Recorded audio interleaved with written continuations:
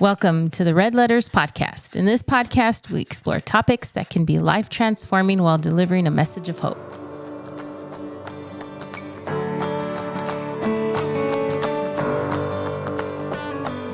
Hello, welcome to this week's podcast, Red Letters. Today we will be talking on cell phones, end of communication. I like this topic because as we all know, everybody has a cell phone from ages 1 to 100. We all have that little cell phone on our hand. Have you guys noticed that communication, that human relation is gone? Because we all look forward to our cell phone, and this is how we're gonna send a text. We don't pick up the phone and call, and even when we go out to eat, we don't have that conversation, that one-on-one like it used to be.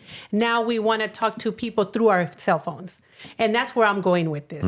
Well, one thing for sure, I know that the use of cell phone, even though it seems like it changes the whole dynamic of how we communicate, there's even a language to texting.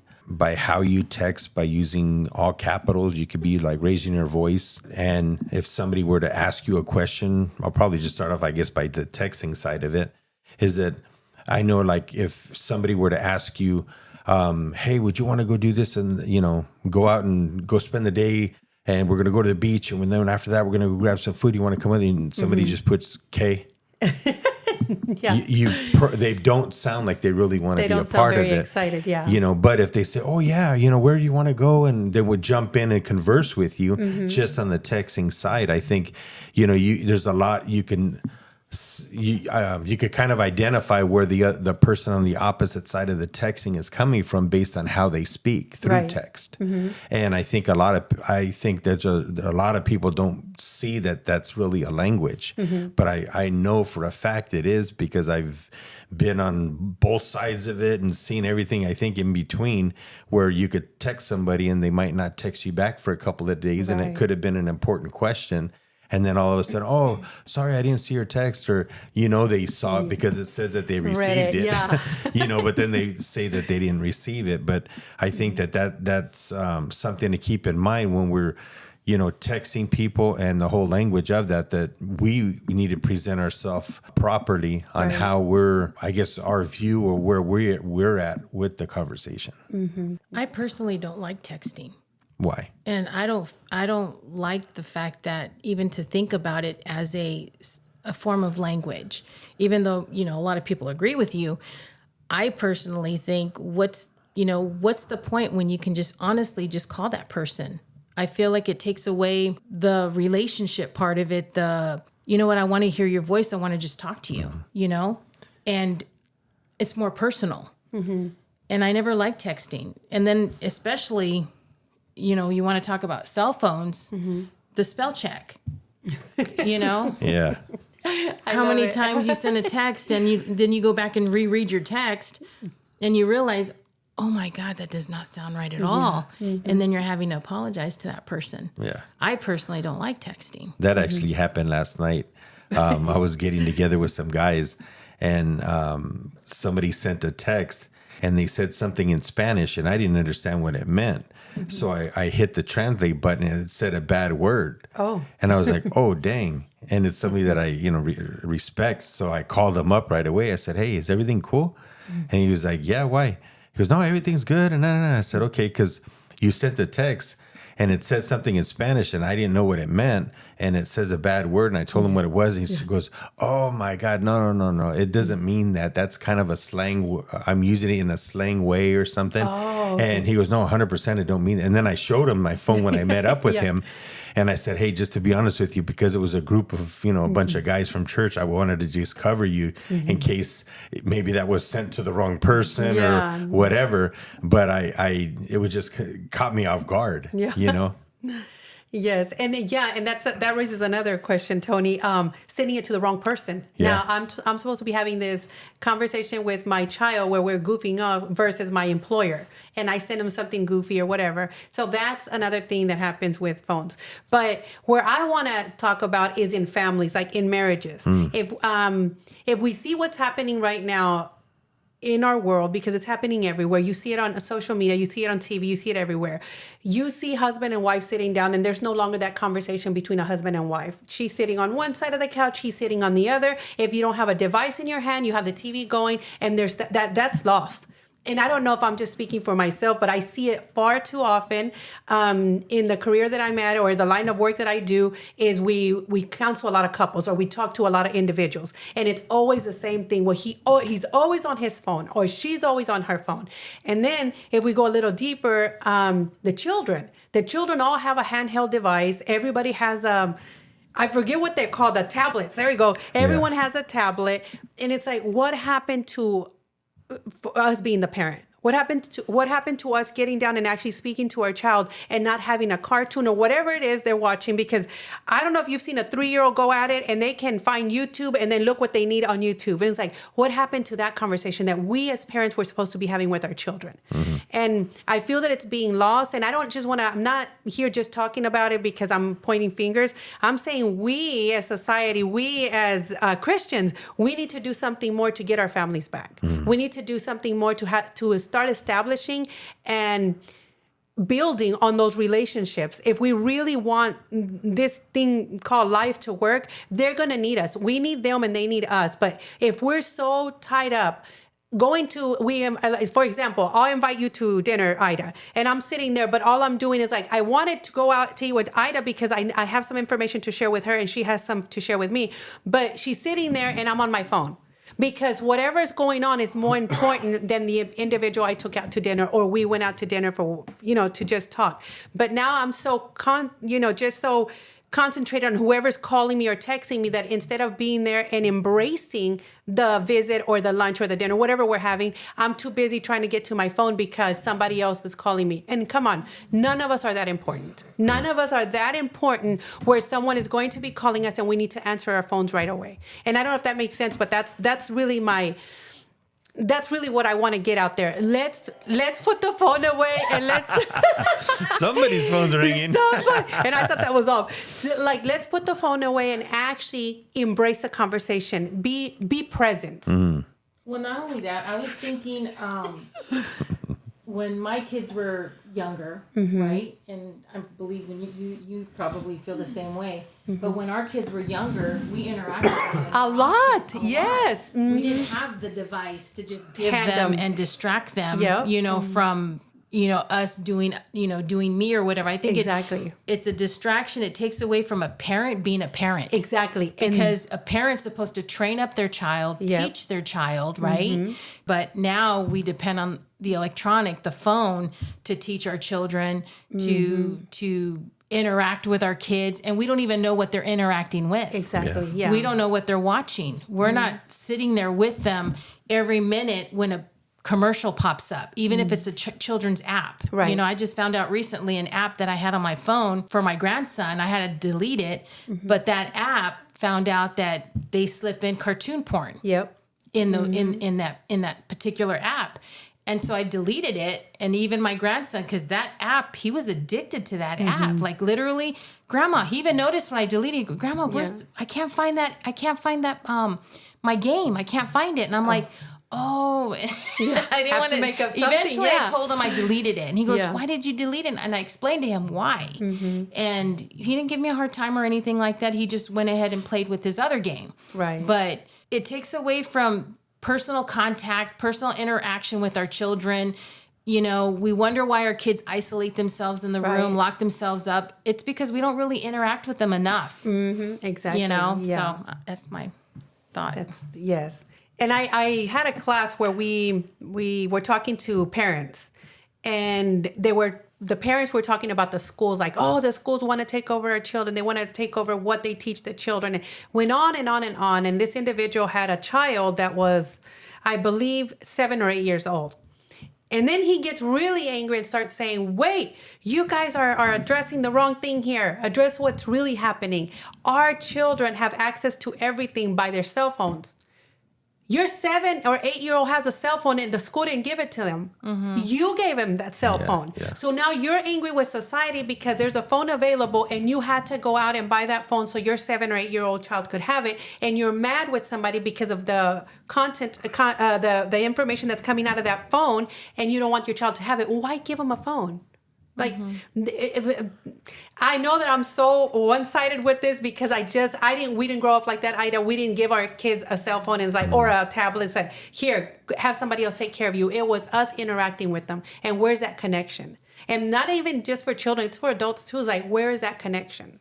Yeah, I remember when our kids were small, I believe they all wanted cell phones, but we bought this one. We used to call it the Shrek phone. My kids remember it. It was from Verizon. It was like a kid program phone that they had. Yeah. And it looked like a little, almost like an animation, the way that it was like molded. And you could only hit like an emergency 911 button, and you could only program 3 phone numbers. That's all it ever did. Oh, wow.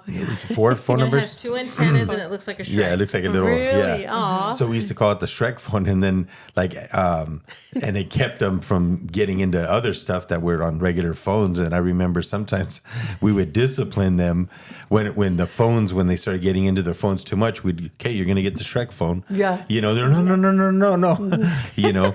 But I almost wonder sometimes, like going back to like the husband and wife relationship where you had mentioned they could be at the dinner table texting each other and stuff like that. I wonder if there's just like such a big disconnect that they're afraid to just connect with the emotion anymore. Yeah. Because most of the time when you're texting, it's not so much emotion. Not anymore. Yeah. It's more just like, okay, how were you? How was today? Good. How was your day? Good. It's just real like basic and short conversations. And I think that maybe there's just almost a lack of zeal in the relationship or love that you don't want to see that anymore. You know what I mean? Because I look back at one of my uncles that I talk about a lot on the podcast, him and his wife, been together since junior high. It took them forever to get a smartphone. Right. They loved the flip phone, whatever it was, with just the basic phone numbers. They didn't want nothing else. Right. I think she's on Facebook, but I don't think I've ever seen her post anything. And he's not on any kind of social media, but they like love each other at the highest level. Oh, that's awesome. And they're so vocal about their love for each other. They're best friends, all of that kind of stuff. And they just never got sucked into all the social media, smartphone stuff.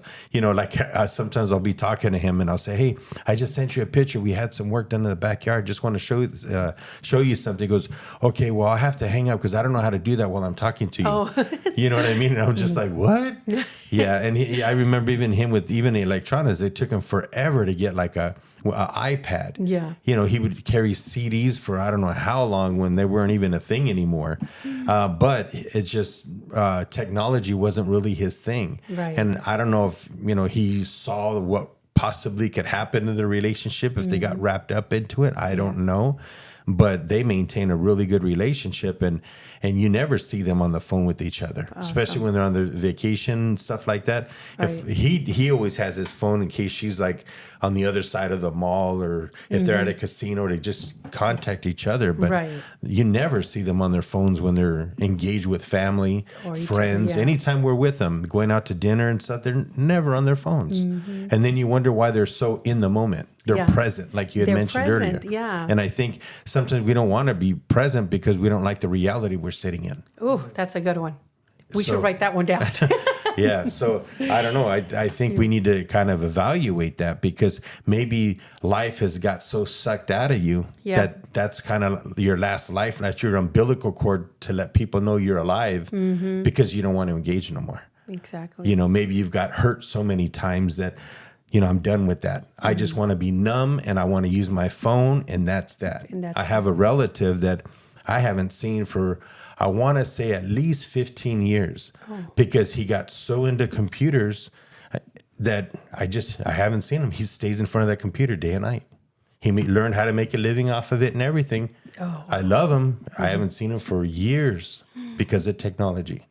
And I think that's it is a sad place to be because you never get to enjoy those that, you were enjoying before because you got sucked into this false reality, this counterfeit life because you can't engage anymore. Right. And then to try to step back into society, there's a huge fear factor. Yeah. Because they don't know how to communicate, exactly. like actually talk. Yeah. Yeah. So I don't know. I just think that if this is something that has gripped you in your life, anybody that's listening, think twice and try to find a way out of that. Right. Join, a church, join a community where you can learn to engage again. Right. Because if you find yourself getting so sucked up into this not even sci-fi, but social media network that's everything to you, and by your likes you're getting love, that's a sad place to be. Yes, exactly. We can't live that way. It's not a life that will sustain you and fulfill you. No. It's just an artificial love. And you said something also, Tony, and Ida touched on this, addiction. Yeah. So there are studies shown, and you guys can look this up, where children, there's certain things that they do to the phone, and they play certain things on the phone where the child actually gets addicted. So they want it more. And it's like, you got to be kidding me. Like, this is what they're doing, and they're messing with our children's mind, but we're the one putting the device in their hand. Yeah. And just the other day I was at In-N-Out, and the person in front of me had their phone up, and they were scrolling through TikTok. Like I'm like, are you driving around watching this? Like, you can't even put your phone down anymore. So is it serious? Yes, it's serious. And like you said, for the listener who's out there, we're doing this not just to bring awareness, I would say. Yeah. Bring awareness and be engaged with your child. You want to know what they're doing? Well, take that device out of their hand and put yours down and actually engage. And don't be afraid of it. I know that society has led us to believe that it's normal, that we communicate through this form and get, like you said, get all the emotion out of it. Now we don't have to feel anything. We just say what we have to say. And saying that also, cell phones, I believe, are a good thing. Yeah. But just like anything else, when we're not abusing it, when you're using it for the right thing, I love it because I need it. I don't know how to get anywhere, so I need it for GPS. Yeah. So I think it's the greatest invention for GPS. But aside from that, and obviously, trying to look up stuff, you have it at your fingertips. But for when it comes to establishing relationships and letting those relationships be ongoing, I think it's time to put the cell phone away and actually communicate with the individual. Yeah, that would be a good test to see how quote unquote addicted you are to your cell phone. Yeah. To either you're going to go have dinner with the family. What if you left it in the car? Yeah. Or you put it in your pocket and just committed that you're not going to take it out till you're done having a meal together. A family dinner, whatever the case. I know I heard one family a long time ago when they did family dinner, they had a basket. Everyone had to put their phone in there in order for them to have their family dinner. And I was just like, that's a crazy thought, but how well is that, for the family aspect, and how to intertwine your lives without feeling like you have to be glancing over and you can't stay in that conversation. That's so true. Yeah. And I want to mention this because we are going into summer and it's going to get really hot. And I know that a lot of individuals cannot be without their phone. They will actually, I've had this done at the office. People like, I gotta leave. Tell them I went to Starbucks, but they go back home because they forgot their phone. So for all those individuals who have babies, and we tend to forget, you hear this on the news every year, it's the same thing. Somebody forgot their child in the back seat buckled up. Okay, you know what? Start putting your cell phone with your child, and I guarantee you when you get off that car, you're not going to forget your child. Yeah, because people will forget a child but won't forget their cell phone. Wow. And I'm sorry to put this out there, but it's the truth. I hate seeing that on the news.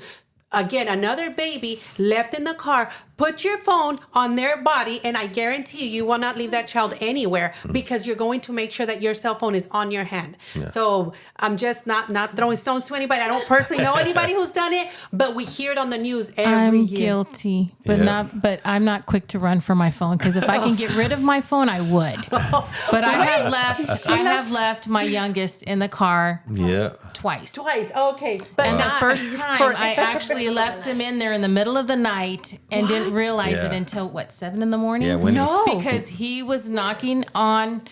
Yes, I wish my Santee, the one that was in here a minute ago. Does he know? Yeah, he knows. He don't come around too much. What I'm just kidding. We have 5 kids. Yes. Yeah. And we have the Yukon. Mm-hmm. So we came home late at night, probably from church, more than likely, and I assumed the siblings Had brought him in. remembered their brother, It was but their no, responsibility. You know, The yeah, exactly. siblings, Left yeah. the responsibility on their siblings, thinking that he came in and honestly, It was the alarm that went off in the morning. Yeah, what happened, because we have his particular alarm that we have on the car has a remote. So it tells you if somebody's breaking into the car, it tells you if the door opens, it shows you what's going on. Yeah. And so around 6 in the morning, Yeah, maybe 6, 7. about 6 or 7 in the morning, it was a really cold night. And Wow. I hear the alarm go off, like Yeah. the alarm's beeping, beep, beep, beep, beep. And I look at it and I'm like, the door's open. And I'm like, Tony, somebody's trying to break into the car. And I'm looking, he goes, what? And I said, yeah, can you believe that? They're open. And then all of a sudden, I hear them knocking on the door. And I'm like, they got nerve, those thieves. And now they're knocking on the door. Oh my gosh, And yeah. we're running. We ran downstairs and we're like, quietly, I'm like, and I hit the door and I'm like, who's there? What do you know? And then all of a sudden, nobody. Trying to scare away your son. All of a sudden, nothing happened. So then I ended up opening the door. Yeah. And there's my little one just shaking, like, yeah. How old was he? He was, I want to say, Like 2? probably 6, Like 2. 5 or 6. But Yeah. I honestly, you guys are going to hate me, but yes, it happened to me. I didn't do it intentionally. Trust me, I don't do it on purpose either. No, of I course, thank God nothing happened to him, and it Yeah. wasn't a hot night or a hot day. Yeah. It was cold, and it was in the Yukon, and you know how they say kids suffocate and can Yeah. die, whatever. But I thank God that no. But in the second time, I went to the store and I was in a rush. And what happened, it was because of Yukon again, and I had him in the backpack. Oh my In the goodness. middle. Same child? Yeah. Same child. Oh. Out of And then sight, out of I mind. run out of the car, and then I'm halfway away I'm like partially away from the car, not too far. And I realize I'm forgetting something. Oh my God, Santee. And I go back and I there was get a bunch him. of cops surrounded the car. Oh, stop it. But no, I'm guilty of it. And it's not because, but I have an issue too about putting phones near, because I ended up buying this sticker right here. It's supposed to help with radiation or something like that. Yeah. But, I know it's really bad for kids. Like even if you look up, I think it's on the settings of your iPhone. You can actually, it tells you the warnings about when you put it to your ear, you're supposed to actually Right. keep your phone 3 feet from you. Exactly, So imagine yeah. these kids holding it to their face like this, All day. playing all day. Yeah, for hours All on day end, for yeah. hours, how it's affecting them. And then you wonder why sometimes some of them are going to end up with health issues, maybe Exactly. even cancer, God forbid. Right. Okay.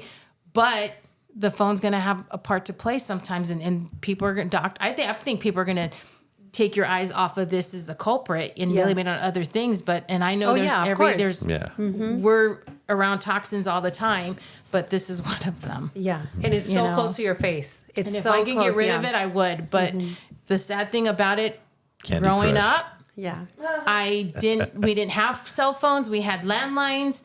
And if you had to contact your mom or dad, we used the pay phone, Yep. 10 cents at the time. And then when And- the beepers came out. And then the pagers. pagers, but I didn't worry. And I didn't stress. I didn't wonder, hey, where's my so-and-so and this? And then I never thought I would grow up living in fear as a Christian mom, because I used to grow up thinking, oh, when I have my kids, we're going to do this, we're going to do that, we're going to do that.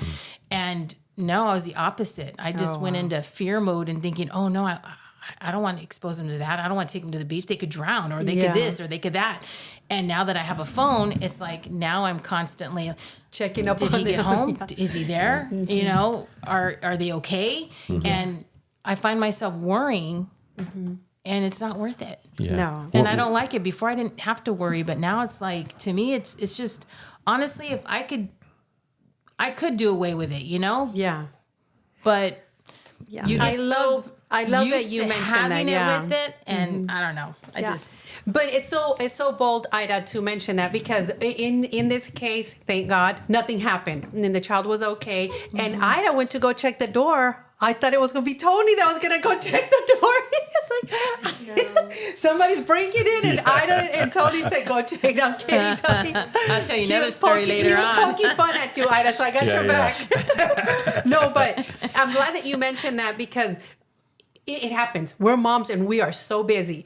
And it does happen. However, if you're that type of person that can't put your phone down, put it up with your child, so that way when you get off your car, take your child with you. And I know, our cell phones are fairly new to us, our generation, but for the newer generation, and you guys are all having babies, so keep your cell phone next to you, baby. That way you don't leave the baby in the car. Yeah. Just got to put that out there. I don't want to hear anything this year. Yeah. One other thing I think that's worth bringing up regarding cell phones is I know, I've seen, I have family. I don't really know if cell phones were that inclusive in our family at the time, but I know a lot of times parents will hand the phone over to their child because they don't want to deal with them. Yep. And so a lot of times they'll do that to pacify them so that they could get a peace of mind. And I think that's something that parents in general and or babysitters really need to keep that in mind, is that you can't turn around and think that that's going to do well long term. Or replace you. Yeah, exactly. Replace that human connection. It's not replacing anything. Yeah. Kids need that human connection. They definitely do. Yeah. Seriously, they need that human connection. They need that touch. They Yeah. need the hugs. They need the love. That talk, they need that all eye of to that, eye, right? yeah. And they need to know that you care. You know, if you're constantly giving them the phone and going about your business, and you're not spending that time with them, quality time with them, and trust me, an hour a day isn't gonna cut it. You know. They need more than that. Right. You We know? have it all backwards. We want to give Exactly. them an hour a day of our time and give them several hours on the phone or any type of device. So why don't we turn that around? Like give them an hour on the phone. Doctors, I mean, I think it's so sad that doctors have to recommend this. Doctors have to tell them only an hour of TV time or screen time, but we as the individual are going there and all we're doing is damaging our kids, like what you said earlier. We don't even know what's going to happen long term medically. And I've seen a lot of kids where they're constantly blinking, the younger kids, and they're constantly blinking. They're like, "Oh yeah, the doctor said it's too much screen time." Like, oh, okay, but we're still okay with this. Like, and these are not my kids. Like, I only have one granddaughter that's 7 years old, and when we have her over, I try to take away her device. But we do see it so much. Like I see it so much in the line of work that I'm in. You see it all the time where a parent or you guys going into the grocery store. I don't know if y'all have seen. They just pass the phone over to their child as they're walking, and there's a child walking, holding onto their cell phone. Yeah. I don't know how many funny. No, you're right. I feel like you don't want to tolerate your kid. Yeah. You don't want to tolerate them, and if they're being disrespectful or misbehaving, don't give them the phone. Yeah. Just to calm them down or not make a scene. That's when you need to sit down with them and have a conversation with them. Right. And not just give them the phone. And the reason that they're having that tantrum at the store because they don't have their phone is the flow over of what's happening in the home. If in the home you give them the phone to shut them up or get rid of them or whatever, what makes you think that when you're at the grocery store and you don't hand it to them when they ask for it, that they're not going to react the same? Well, she does it at home. They don't get it. Like the kids can't tell that, okay, I'm not supposed to do that here. I'm in public. No, they're doing exactly what was happening at home because we are validating that behavior in the home, so they're going to do it outside the home as well. So it's us, the adult, that has to check themselves. Well, not only that, I think just in general, we wonder why, kids that grow up with cell phones in their hands don't know who they are. Yeah. It's because they're that's a not good letting one. the parents speak life into them and tell them who they are. Right. They're getting all of their identity from what they see on that screen, From which is very little. Yeah. So they're growing up in wonder of who am I? What am I supposed to be doing? They Yeah. have no direction for their life because they cut off the whole element of an authority speaking life into them and giving them their identity and telling them who they are. Exactly. All of that's just went out the window. And I don't know how many funny videos there are too on top of it of people so consumed in their phone they walk into a little water fountain, Yeah. they tripped into it because they're so consumed With with what's on. what's they're entertained with. Watch me walk around and trip on my own feet because I'm on my phone and I'm here doing this podcast. No, but did you want to say? Yeah, actually. Okay, so I actually have a question. So, because you guys are older and you guys are what, the baby boomers? Is that your generation? No. No? That's above us. That's like my mom. Yeah. Oh, I'm our so parents. sorry. Yeah. That's okay. Just need to clarify that. But no, I had a question because when you guys were kids, do you guys see the difference socially, how people interact versus now? Because I don't know about you, Gio, but like I constantly get people's reaction when I say I was homeschooled because they don't believe me. They're baffled because they're like, you guys are so social. But I know a part of it possibly could be because of our lack of like phone time and screen time, because we were like in an older generation. But do you see the difference, like even watching kids, how people react now versus like how kids are? You know what I'm talking about? Like the differences? One of the things that I saw actually this morning is, all of us went to the fundraiser at Applebee's for the community outreach from FRC. But one of the things that I had noticed is I had, my kids there, most of them, and they were entertained spinning wedding bands on the table and seeing what things they can do. You're not making us look good, Dad. No, I have a point. I have a point. Is that you guys weren't raised with cell phones in your hands, so you still know how to make something happen out of nothing. Yeah. You put a kid now that's 5 years old. Forget it. They're like, no, give me the phone back. Yeah. Because they don't know how to entertain themselves outside of electronics. That's what I'm trying to say. But I believe it's not too late, because I think if a parent realizes it's not too late to correct what could be, what is a mistake.